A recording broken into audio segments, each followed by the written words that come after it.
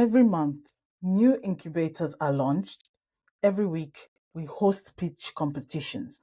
And yet, every year, the funding gap for women gets wider and wider. The problem isn't a lack of talent.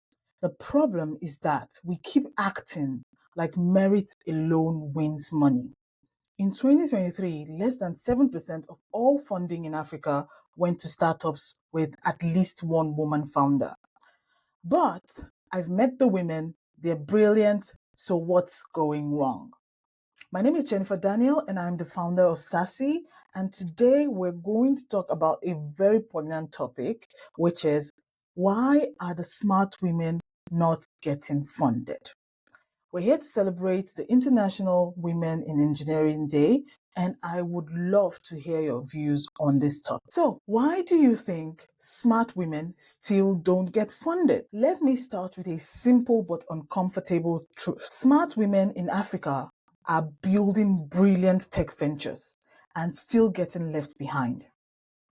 We're in a time where headlines will shout about diversity, accelerators are hosting pitch days every month, and investors talk about gender lens investing.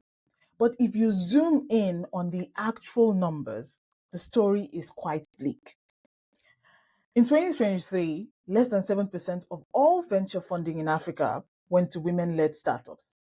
But many of those startups had men somewhere on the founding team. Women who dared to build alone, forget it. So today, we're talking about why women need more confidence or why they should network better. Today, I want to tell the truth. The system isn't broken, it's working exactly as it was designed to reward familiarity, not brilliance, to fund comfort and not disruption. Let's begin with one of the most toxic lines in venture capital. We invest in the team. That sounds reasonable, but in reality, it's just code. It means we invest in people who remind us of ourselves. The myth of founder fit is shaped by bias. When investors say a woman lacks presence or gravitas, what they really mean is that she's not performing masculinity in a way I'm used to. Why? Because, for example, aggression reads as vision when it comes from a man, but as arrogance when it comes from a woman. And this is the first choke point. The moment where women are judged not by their ideas, but by their tone, their posture, their vibe. And it's costing us innovation. Here's the next lie. The best ideas get funded. Let me be blunt. They don't. What gets funded is warm introductions, Ivy League accents, ex-McKinsey slides, and confidence. You need to have lots of confidence. Clarity doesn't get funded. Traction doesn't get funded. Depth doesn't get funded. It's just swagger. Smart women are taught to be excellent, but tech doesn't always reward excellence. It rewards pattern matching. If your vision doesn't look like what VCs are used to, you become invisible. The game is tilted. You can be meticulous, you can have a real market, you can have proof of concept, and you still get passed over for someone who sounds big. This isn't a pipeline problem, it is a perception problem. So let's also talk about risk. VCs say they take risks, but let's tell the truth.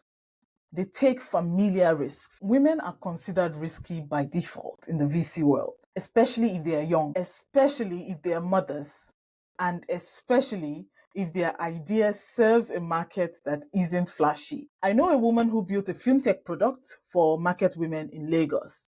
There's real adoption, real revenue, real impact, but no VC would touch it. They said it's too local, and you know what it really means. It's just too female. And that's gendered risk equation. If your market is women, it's too niche. If your team is all women, it's too risky. If your growth is steady but not explosive, you're too slow. So women cannot win. Meanwhile, we have tech bros building unregulated crypto products and they are raising millions. Why?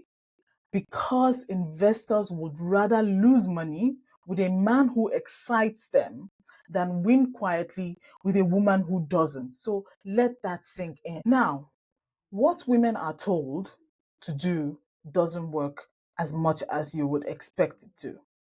When women don't get funded, here's what the ecosystem tells them. It says, try again when you're post revenue. Maybe bring on a male co-founder. You're just too early to the market. No matter what stage you're at, there's always a reason you're not fundable yet. You hit 10K users, not enough revenue. You hit revenue, not enough growth. You grow fast, not scalable enough.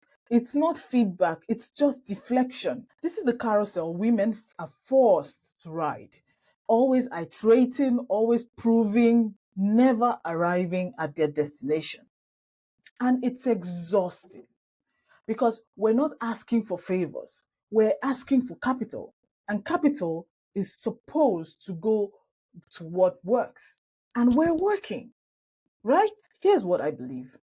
I believe we need investors who are willing to be uncomfortable. If every founder you fund looks like your college roommate, you're not funding innovation. You're just funding nostalgia. We need new gatekeepers, female-led funds, angel syndicates for underrepresented founders, LPs who hold VCs accountable. We need to stop asking women to fix a system that's failing them. Don't tell women to lean in when the table isn't even built for them in the first place.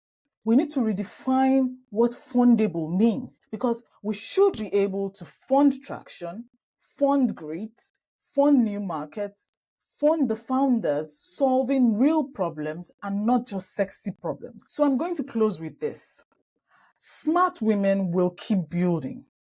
We always have. But what we deserve, what the continent needs, is not just applause, it's investment, it's trust, it's capital.